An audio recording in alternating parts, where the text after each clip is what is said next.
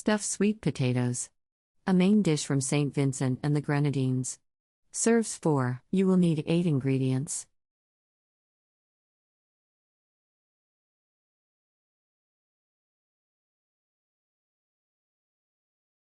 Step 1. Scrub potatoes well. Dry and brush with oil, place on a baking sheet and cook at 400 degrees Fahrenheit for 1.5 hours or until done. Step 2. Fry bacon and onion until bacon is crisp and onion is transparent. Remove potatoes from oven, cut each in half and scoop out the flesh. Step 3. Chop roughly, add butter, corn, seasoning and bacon mixture. Mix well. Spoon mixture back into the potato shells. Reheat in the oven for 10 to 15 minutes. Step 4. Herbs that go well with sweet potatoes are thyme, parsley, mint and chives.